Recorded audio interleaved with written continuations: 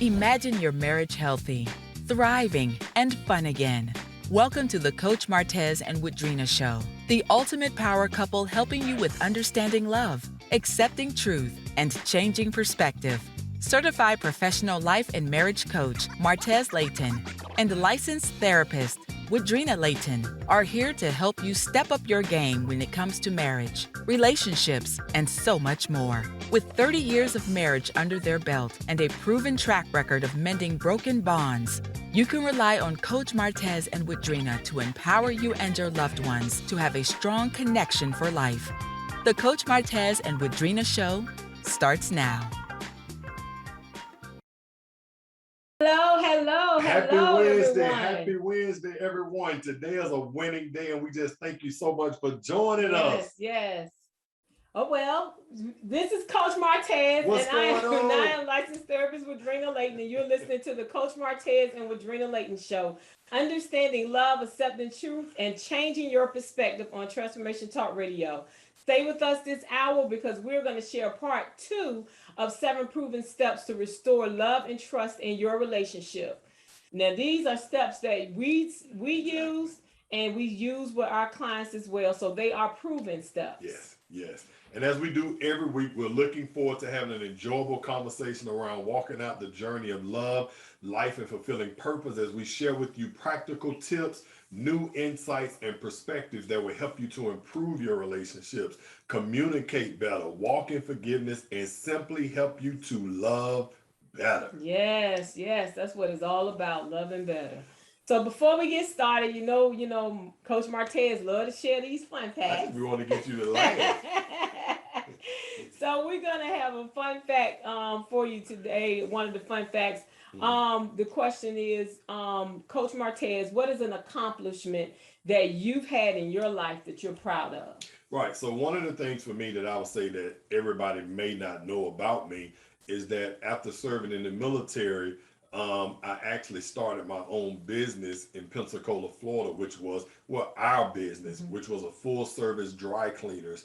And I was 30 years old. So that was accomplishment from starting our own business in a city where we didn't live, where we moved to do what God had put in our hearts to do. So that was quite an accomplishment. And we were actually the only African American professionally owned dry cleaners at that time on the Gulf Coast. Yeah, and I would like to say when you were saying but he did most of the leg work because the business plan, he went to school to become certified as a dry cleaner. Which a lot of people may not know so exists. he went and bought all the equipment. Like he did all the work. I just went once the building got up. I just went in there and worked. Oh, well, thank you. All right, yeah. So you did all the work. I just went in there and worked once the building got up. And of course, we got pictures which you can laugh to see us back in our 20 years ago. Yeah, it was 20 years ago. Yep. So now for you, Woodrina, what is an accomplishment that you could say you're proud of? I mean, well, I'm proud of the fact that I have 2 master's degrees that I actually achieved while going through some really challenging times in my life. Yes. So, I'm proud of that accomplishment that I made it through, those degrees, and actually did very well in my studies and in my classes. So, yeah, my master's degree in education and my master's degree in counseling, I'm proud of those accomplishments. Yeah, and I remember all the hard work. I remember the late nights. Yes. I remember all of that. Yeah. But what about your bachelor's degree? But that's just a given, Well, okay, so you're saying the 3 degrees that I have. Degrees. I have my undergrad in elementary University education. of Memphis. Yep, University of Memphis, and then with the Regent for my 2 master's degrees. Exactly, man. That's being a mom, dealing with it was a lot. Business owner, dealing with me, and all the transition. Yep. So that was a lot. You can do it. Yep. So let's continue on this topic on the 7 proven steps to restore love and trust in your relationship. And these are steps that we've used in our relationship to restore love and trust, and that we've used to help many couples around the country to restore love and trust in their relationships. So last week we discussed the first 3 steps, which I'll let Woodrina kind of go over a little bit. Yeah, but you got to go back and listen to it if you haven't listened to part 1. Exactly, because I'm just going to recap quickly. I'm not going to go through because we got to get into these next 4. It was step 1, resist playing the blame game. Step 2, grant your heart permission to forgive daily. And step 3, communication removes frustration. So talk. And we share 7 tips for effective communication, and they're really good. Like, after I went back over it, I was like, wow, this is some really good information. I was like, wow, this is really good. So I encourage you to go back and listen to last week's just to get the really meat of your those steps. Yeah. And again, these are just practical tips that it can definitely improve your communication, improve your intimacy with your spouse, and just change your life. I mean, it works. And then it's simple, but it works. Exactly. And then we want to make sure you remember, like we said last week, you make sure you do them in order. Because don't communicate and then you haven't resisted playing the blame game, because that's going to cause problems if your communication is just all about blaming. You got to listen to it. Yeah. I'm telling you. You got to listen to part 1. Yeah, it's pretty good. All right, so let's get started on today. Okay. So today's step 4 is think positive and expect positive results. Right. Sad thoughts and hurting feelings drain your mind and your body of positive energy and positive thoughts. So you really want to focus on thinking positive, and as you think positive, you're just going to expect positive results. Right. And again, like we say, we know this takes a discipline to do. And again, when you've been hurt and your heart has been broken, and you're trying to rebuild trust, in your mind, you're just thinking about the broken part. You're thinking about the pain, or you're thinking about those things. But in actuality, if you're really trying to restore love and you're really trying to get trust back in your life, you really got to start just thinking positive on a way of just saying, you know what, let me give a new start. Let me give a new opportunity to allow you to prove this to me. Because it's hard for a person to prove something to you or to earn your trust if you're not even thinking positive and then you're just thinking negative about it. So that's why it's very important. Think positive. But not only just try to fight to think positive, but I'm expecting you to show me. I'm expecting you change. To be the change that we agreed to. Exactly. And it may be, and when you're in difficult times with your spouse, it's hard to actually see the positive light in them. That's so true. That's true. Hard. So to help yourself, focus on the good qualities that that you've seen in the past. That your spouse being a good mom, or being a good father, being a great provider, just whatever good qualities that you've seen in the past. Like, you want to think about those and focus on those through those challenging times that you may be facing while you're working on building love and trust. And remember when we talked about, earlier, once you go back and listen to part 1, like we talk about, forgiveness is a choice. And so when we're talking about, focus on the good, I think about over the years and all the coaching and counseling that we've done, you'll be surprised how many people have said, I just don't see no good. I just don't see no good. Hey, coach, I just don't see the good. But what I'm saying is, if you don't see the good, if you don't see the good, you're choosing not to see. Yeah. You see, because in actuality, there's a reason that you fell in love with that person.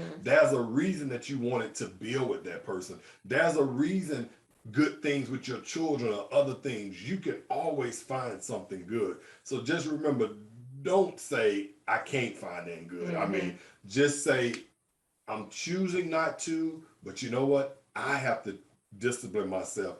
I have to choose to think positive. Yeah, and then also it's like, a good that you can see right then in that situation is the fact that my spouse is sitting here willing to work on our relationship. Because if you're going through these steps with your spouse, a positive is, they're sitting here willing to work on their relationship. So even though I may not see the change right now, think positive and expect a positive result, because they're sitting here with you right now. Yeah. And then like we also say, we always tell everybody, a lot of the things that we talk about, it may be between you and your spouse. But I promise you, these are principles and tools that works in relationships outside of you all. That's true. You know, I'm jumping. You know, I'm a cool. random thinker. Martez, Coach Martez jump. So I'm about to jump. You know, so what I'm thinking about is I'm thinking about challenges with in-laws. You know what I'm saying? Because we had, you know, my mom, you know, God rest her soul, and you know, I know she's in a much better place now. But my mom was very toxic in our relationship, and so then that was something Woodrina even had to go to. Think positive, expect positive results, even outside of me, but even dealing with my mom when you are trying to, you know what, I want to rebuild lines of communication with her. But for me to do that, you know, I got to give her a second opportunity. So I just want to tell you all, this goes outside of just the relationship with your spouse. This could be the relationship with the sibling. This can be a relationship with a in-law, and you're trying to rebuild that communication with them because they hurt you or they hurt your spouse, and you really don't want to have anything to do with that person. But again, you got to give them another chance and go through these same steps again, because this is just for any relationship that matters to your heart. Yeah. And even if that person is not willing to change, you still, it's like you need to do this for yourself. Like we said last week, you know, forgiveness is for yourself. It's a choice. You know, it's you forgive for yourself, and then you set healthy boundaries to protect your heart around that. So yeah, it's like, that's good, Martez. It's Coach Martez. I totally agree. You want to make sure that, you know, because this can be used with anybody in any relationship. And then also we're going to just say, even from a career or your work standpoint, you know, these tools are just good because people hurt you on a job. Yeah, they do. You know what I'm saying? I was active duty military for 12 years, you know, before I started being an entrepreneur. But people hurt you in your work environment. And so sometimes you have to be in a work environment. Like some people work at a job for 20, 30 years. You know, I know now that may be changing because so many things going on, you know, in our society and stuff like that. But a lot of times people may have been working with this person for 5 or 15 years. Then all of a sudden this person breaks your trust or breaks your confidence, and this is somebody you still got to work with another 5, 10, 15 years. And so again, these things still work in trying to rebuild the lines of communication in that relationship. I just want you all to remember that. Yeah, exactly. So you want to make sure that you think positive in the situation and you expect positive results, because it does no good to I'm thinking positive, but you know what, I know he gonna mess up. Right. You know what, I know she gonna mess up. Right. Or what you saying, I'm thinking positive, but I know this ain't gonna last long. Right. You know, so all of those things. Right. And I mean, we human, so we not gonna hit the mark every time, but at least 80% of the time, I would say. Well, you probably would say 70 because you say 70 is passing. Well, that's 70 is passing. Well, in Alabama schools, you know what I'm saying. You got a 70, you passing in Alabama schools. So you at least 80% of the time want to think positive. We're human. You're gonna make mistakes, but hey, let's get back up and try it again because it works. Just like the Atlanta Braves did with winning the World Series. You know what I'm saying? You got 3 strikes. So just because the person 1 strike, 2 strikes, it don't mean they still can't hit a home run. So you still got to get them a chance. All right. Yeah, that's right. So you all have been listening to the Coach Martez and Woodrina Layton show. We're going to take a quick break, but when we come back, we will continue our discussion on these 7 steps. 7 proven steps. Exactly. I'm telling you, 7 proven steps to restore love and trust in your relationship. Let's Stay tuned. Transformation Talk Radio.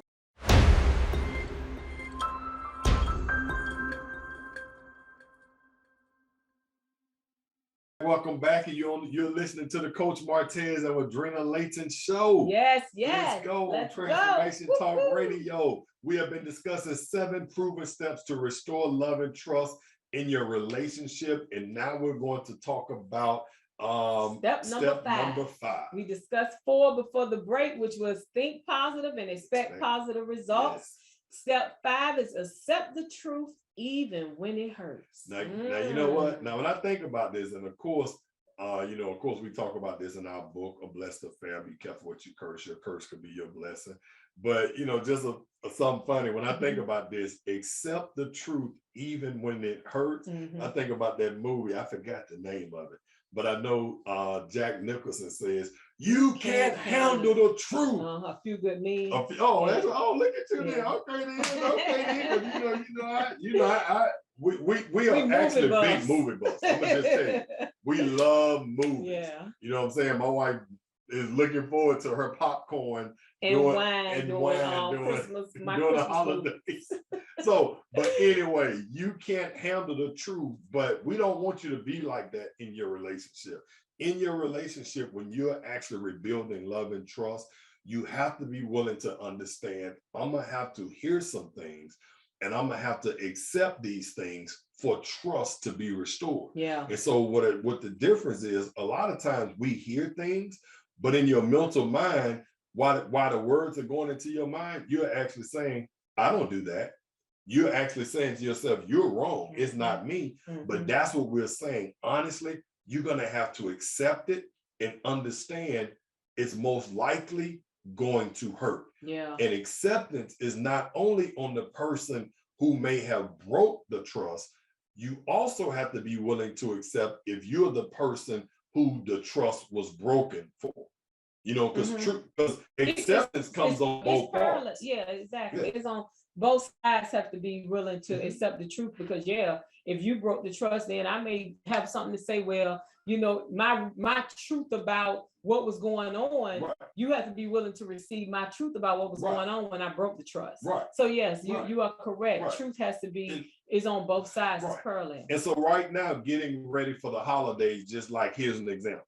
So example is, I see this item that I really want to purchase, but I know we agreed that we were only going to spend this amount. Right. But I'm looking at this purchase. I'm looking at, I know I really want it. And then I say, if I call my spouse, they're going to say, no, we're just going to have to wait. But it's something you really want. And it's a good deal. So then what happens is, you all agreed not to purchase items at a certain price, but then what happens is you actually do it and then you try to hide it. Yep. You know what I'm saying? So I'm just saying it could be simple things, but you just decided you still broke trust. You broke trust. You know what I'm saying? But I'm just saying, especially around this holiday season, sometimes, women can see that purse, them boots, scarves, it can be anything. Guys can see that nice TV. You like, bro, this is a deal. And I'm just saying, I'm just saying trust can be broken in different ways. Exactly. So then, you also have to have an open mind, because truth only has mental power when it's received with an open heart and mind. The truth has no effect on a person with a closed heart and mind. Wow. Yeah, it's because if it's like, well, I'm just like, I'm numb to it, it's like it's not going to have any effect. You have to have an open heart and mind to even be able to accept the truth. Yeah. And so let me just give you all an example of what a closed mind looks like.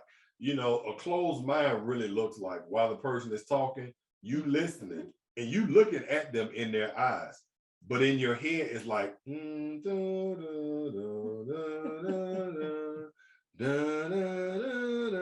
other words, they are talking to you and you are looking at them, but you literally are hearing nothing they're saying. That's a closed mind. Yes. A closed heart is the person is like, I am sorry. You know what? I love you.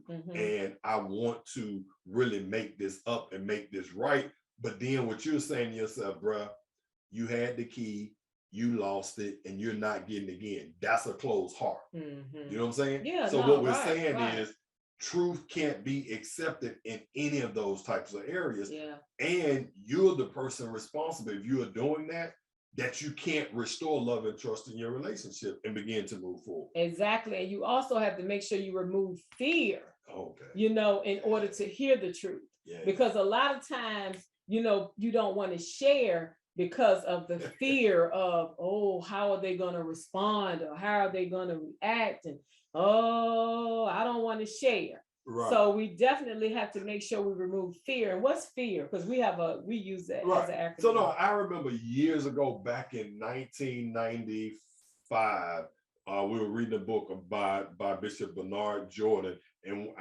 like I said, this really stuck with me. Fear is false evidence appearing real.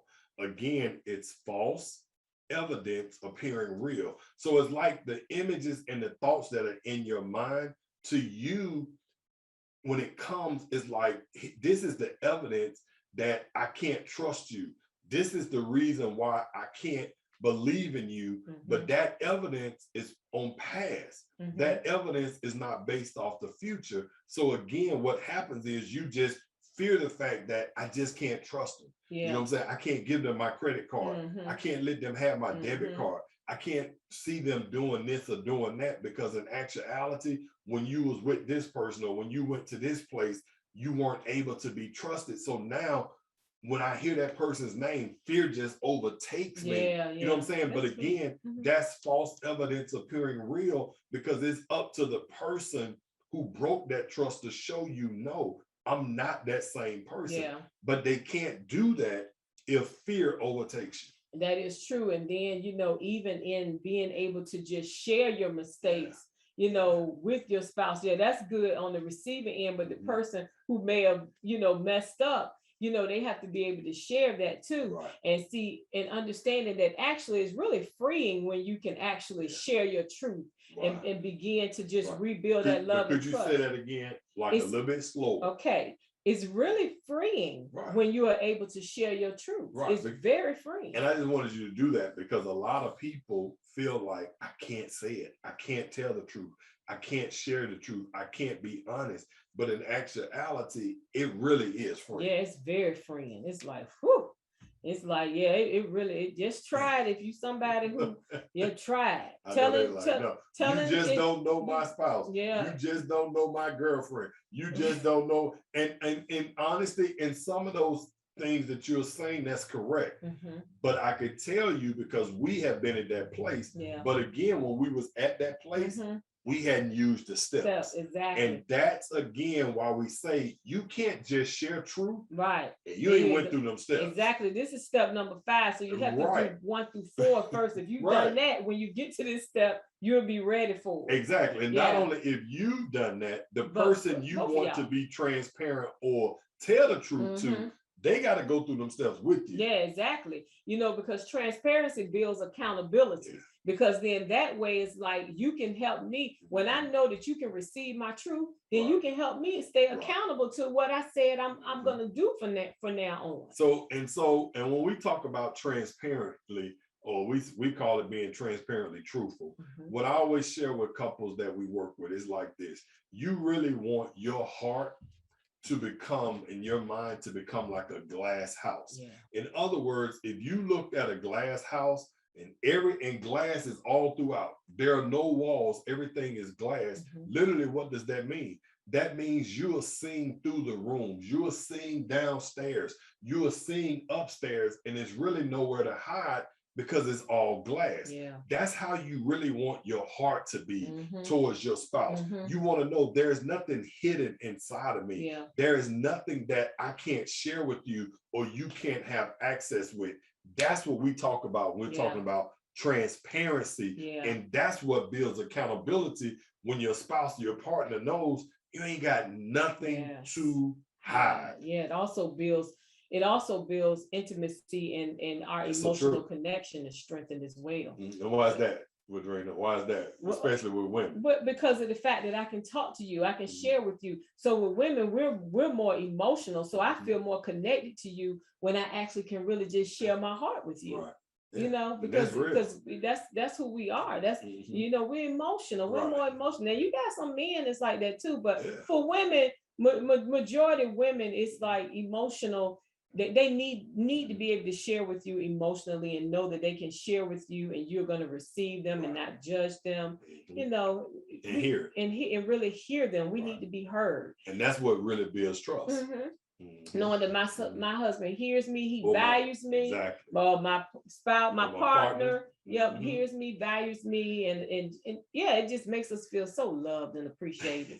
It really does. It really does. It does. I just want to make sure we bring that about that emotional healing. Right. So emotional healing cannot begin until secrets, lies, and truth is shared. Right. They all have to be shared. Right. So again, emotional healing cannot begin until secrets, lies, and truth are shared. We want you to remember that, because if you're going to be rebuilding this trust, then you have to understand and you have to realize that the truth has to come out. There's a Bible verse that says, ye shall know the truth and the truth shall make you free. So in actuality, that's again what we talk about. You are freed when you are able to tell the truth. Yes. Told y'all it's free. It's very free. But it don't feel good. So I'm gonna just say it like that. It don't feel good. Yeah. But you're actually free. Right. And I mean, this is a process. It's not gonna feel good at first, but after a while, it's you're gonna start feeling better, and it's like, whew. And everything that's good for you don't necessarily feel good. That's so true. That is so true. All right, now, so let's get ready to go to break. This has been a good conversation. So I'm Coach Martez, and I am licensed therapist Woodrina Layton. And you're listening to the Coach Martez and Woodrina Layton show. When we come back, Woodrina and I will continue this discussion on the steps to restore love and trust in your relationship. Stay tuned. We'll be right back.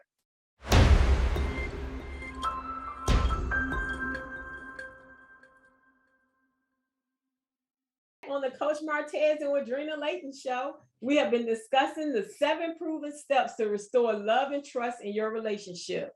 So now we're on step 6.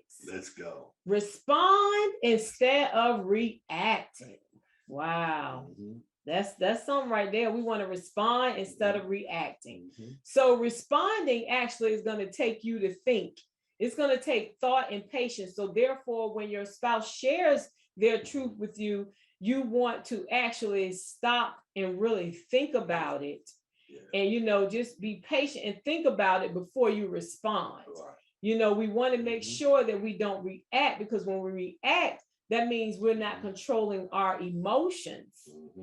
So we have to actually control our emotions so that we can respond and not react.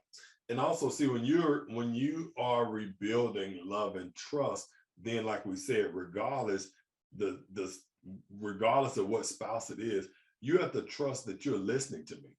You have to trust that you are really trying to connect with what I'm saying. You have to trust that you love me enough to understand me.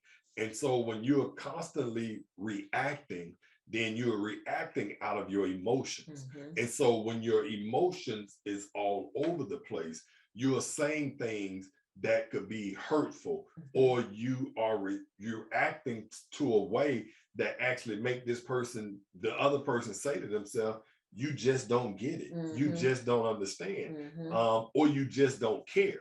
And so if that's the case, if they're telling themselves, you just don't care, you just don't understand, then trust is going to stay distant. It's not going to become unified. It's not going to become harmonious. It's not going to become like a oneness, because you are reacting instead of allowing them to understand. You care. You're listening. So again, that's why we say that's so important when you're rebuilding love and trust, because you can't be a reactor. You can't. And then, like we said, this is step 6. So you're going through all the steps. You're doing what it takes to restore your love and trust. And then remember, step 3 was like communicate. So, here it is. We've opened up, we've built lines of communication. We've opened up the lines of communication. So it's like, if you react, then you're throwing a verbal grenade. You drop it. So don't allow your reaction to be that verbal grenade that actually destroys the bridge of communication that you all have been building. Because that can happen. It's like you said, then all of a sudden it's like, here we go. We got to start all over again, because if the bridge is broken, then look how long. Just think about a bridge that's been blown up, had an explosion. It's going to take some time to rebuild that bridge. And especially, you got to realize, when we're talking about this bridge, if the spouse or the partner feels as if you are the one that threw the grenade, then you got to think about what's going on in their mind.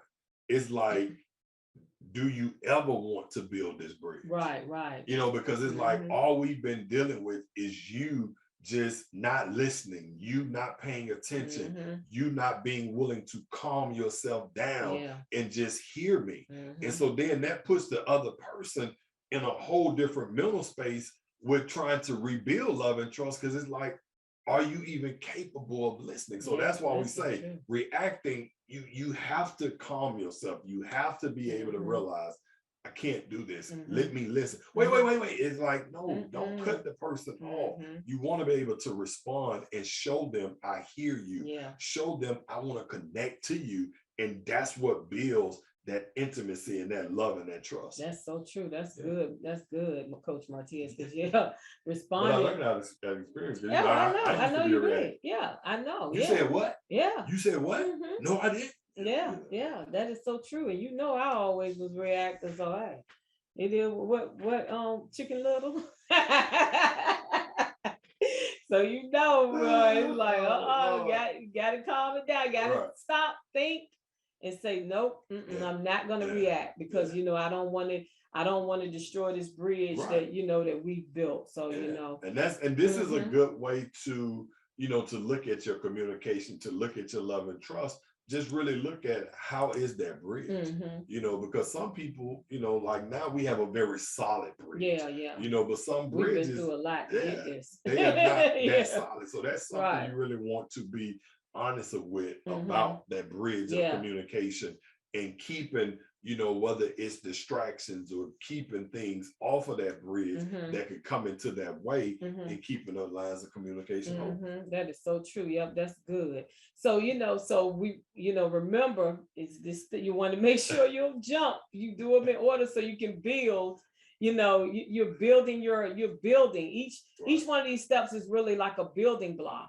So, once you get, once that truth is shared, because you have steps 1 through 4, one step, you get to step 5 where you're sharing that truth, then you get to step 6, it's like, okay, I'm not going to react. I'm going to, I'm going to respond, because that shows that I'm in control, and reacting shows that I'm out of control, but I'm going to show you that I'm patient with you, and, and I'm in control. And again, like we said, now remember, this step 6 is you showing that I'm going to respond and not react, because now you just heard truth.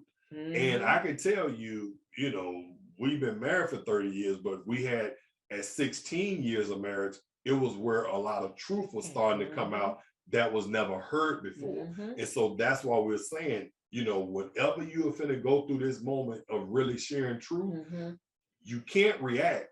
You got to be able to respond. Yes. Yeah. And it's good when you're able to, like you said, we had to get the year 16.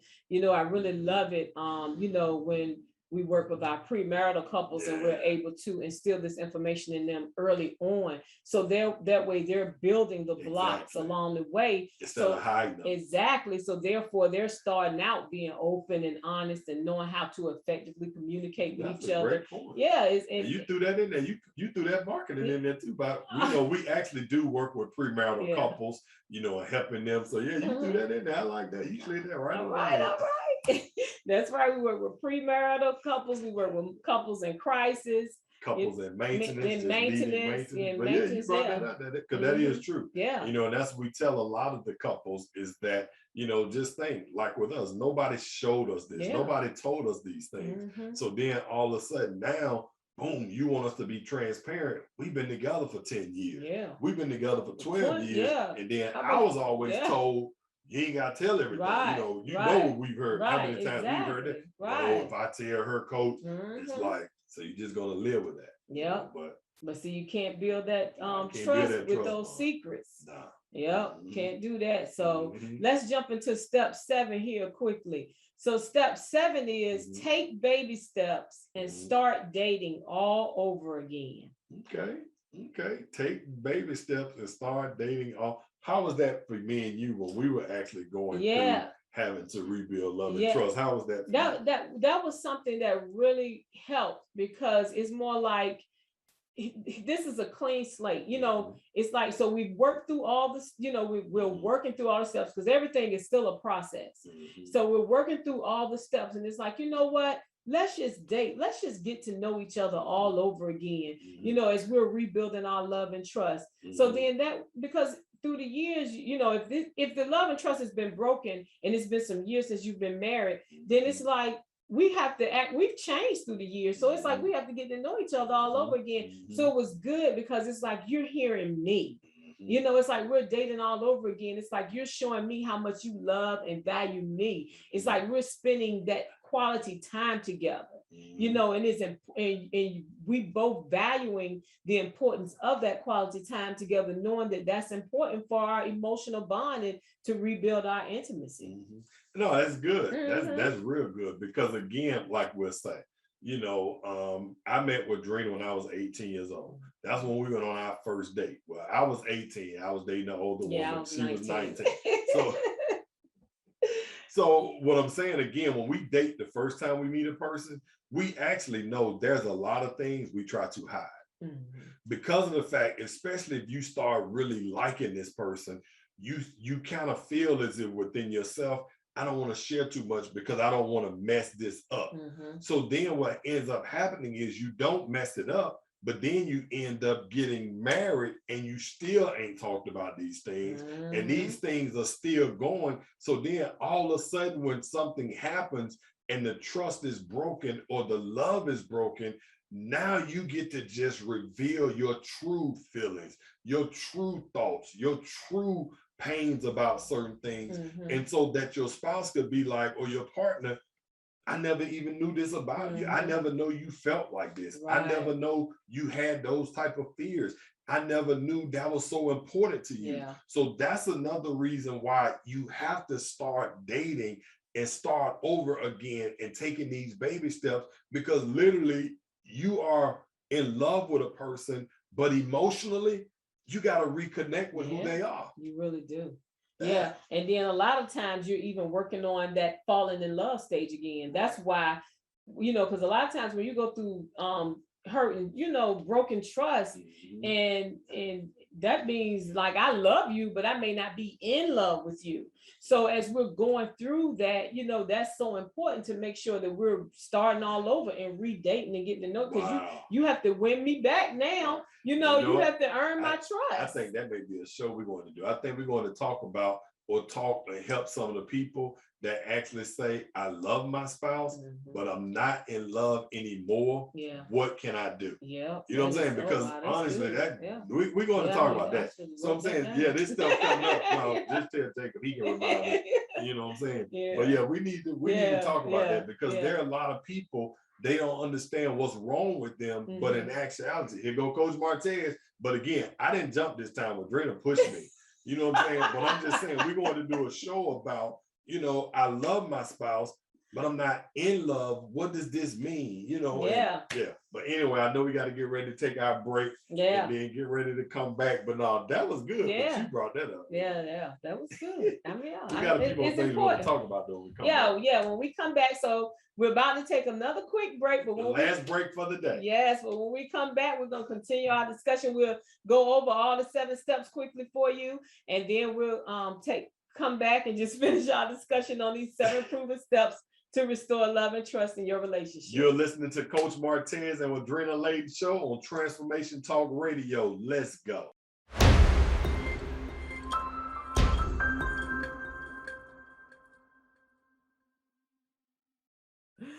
Welcome back to the Coach Martez and Woodrina Layton show here on Transformation Talk Radio. Today we have been discussing 4 of the 7 steps to restore love and trust in your relationship. We shared the last 3 last week. We'll do a short recap shortly, but we want to just finish talking about step 7, which we were discussing before the break, which was take baby steps and start dating all over again. And we talked about the importance of that, but we just want to, you know, share another point, and which is to be more sensitive with your words and your actions during this time. As you're dating each other, you want to make sure that you're paying attention to, you know, how you're you got the steps how to communicate. So you want to make sure you're paying attention to how you're communicating and you're being more sensitive, you know, with your words and your actions. Because again, when you're trying to rebuild love and trust, you just have to understand you want to treat it like something fragile. You don't want to just assume things. You don't want to just, you know, just make decisions or do things, you know, without even just understanding, you know, when a person has lost that trust, the heart has been broken, it's like that's a very sensitive time. You know, emotionally, that's a sensitive time, especially when I'm trying to love you. I'm trying to reconnect with you. You know, there are little things that you could do that could cause major ripples, you know, into what you're trying to do. So that's why we say again, be sensitive with your words and be caring with what you're saying. And then with the dating all over again, and something else we say to all of our couples also, you know, even from an intimate standpoint, you know, kind of take your time with that space and not just rush back into that. You know, we do a whole session like that with our couples and whatnot, but you want to take your time, even trying to reconnect, because a lot of times you just think, well, no, this is going to help us to reconnect. No, it may help you to get what you really want, or as you may feel that you really need. But as far as from reconnecting and rebuilding, that's not the answer. So just remember, be sensitive, be caring, be compassionate, and just really value the time that you all are spending. And take the baby steps with dating and start over again. Don't make any assumptions and just want to go back to some of your old ways or old habits, because it's not that time.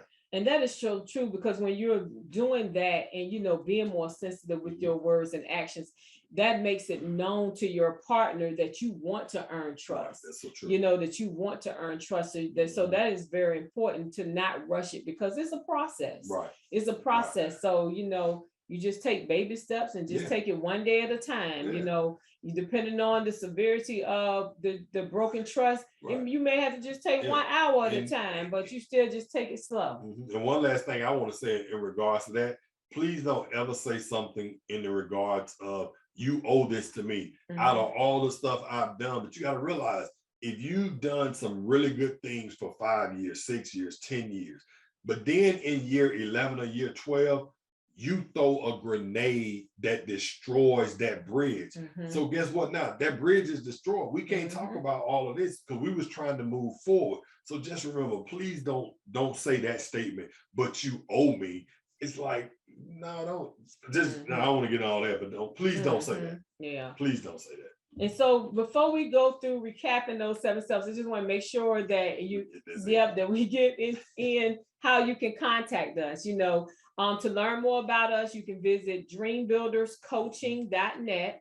And then on Facebook, we're Dream Builders Marriage Coaching and Counseling. On Instagram is at Coach Martez, at Woodrina Layton. Twitter is at Coach Martez and at Woodrina L. You know, so those are ways, you know, if you wanted to find out more about us, you know, hey, that's how you can contact us. And then we also, if you want to get a copy of our book, A Blessed Affair, be careful what you curse. Your curse could be your blessing. You can also visit our website, or you can just Google A Blessed Affair, or, you know, you visit our website at dreambuilderscoaching.net. Again, you can order a copy there of our book. And again, if you want to just be a blessing to somebody or share with anyone that maybe has been hurt, even though it may have been about us overcoming infidelity, we talk about forgiveness, we talk about being restored. And so that's something that, you know, if you know someone, I promise you, it's going to help them to change their perspective. Exactly. It's a great book on forgiveness. It's really a great book on forgiveness. And then we also want to remind everyone to make sure that you save the date for the 5th annual Married for Life walk right here in Atlanta, Georgia on April 22nd and 23rd. To find out more about that, you can visit married4lifewalk.com to find out more about that. And it's also Married for Life, Married 4 Life Walk on Instagram and Facebook. Yeah. So again, you know, and again, that's definitely something that we invite couples to join us. We actually have couples that actually come from around the country. This is year 5. We're doing some things different this year because we know, you know, as many people said, you know, we travel in and we come in, and we normally would just do an event for that day. But this time it's going to be Friday and Saturday, with both of those days actually looking at things around marriage, and, you know, whether it's fun, whether it's learning, whether it's just really, of course, you have the walk event itself, but we also are doing other things to really turn it into a weekend of just really strengthening your marriage and just being around other like-minded couples who have that same commitment. We're into this for life. So I'm telling you, it's a good time. And you know, and it's not just for married couples, because we do invite singles. We invite seriously dating and engaged couples, because you have a lot of couples that have been in committed relationships for like 3 to 4, 5, 3 or more years, and they're not married. So we invite them to come out as well, because we know that they can benefit from the tools and in the information that we're sharing, and just being in a community with other married, like-minded people. So we invite those two. Single people, they can only volunteer. And again, we're just so thankful because we have our marriage ambassadors and vision partners, and those in which Ronnie and Shamari DeVoe. If you're familiar with New Edition, Belleville DeVoe, that's Mr. Ronnie DeVoe. Shamari from the group Black, and you know, the different things that she's done with what the movie?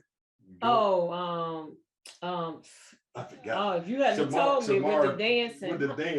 It wasn't Honey? No, Shamar was in Honey too, but I'm talking about the one when she was being the cheerleader. Oh, Bring It On. Bring it on. So actually, you know, they have been with us from the first year. And so we really just have a really amazing time, and there are other special guests that come out. But you know, you got to go check out the video to see this is just not your normal walk event. It's really something special. It's a whole event.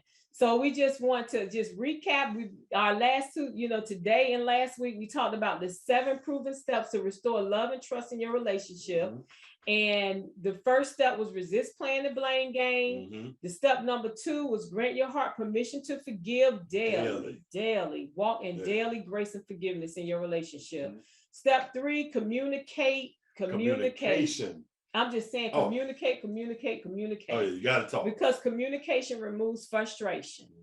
And because a lot of times, you know, we'll have those thoughts, and, you know, you got to communicate. I can't get into it. We share 7 tips for effective communication as well that are very great tips. Step number 4, think positive and expect positive results.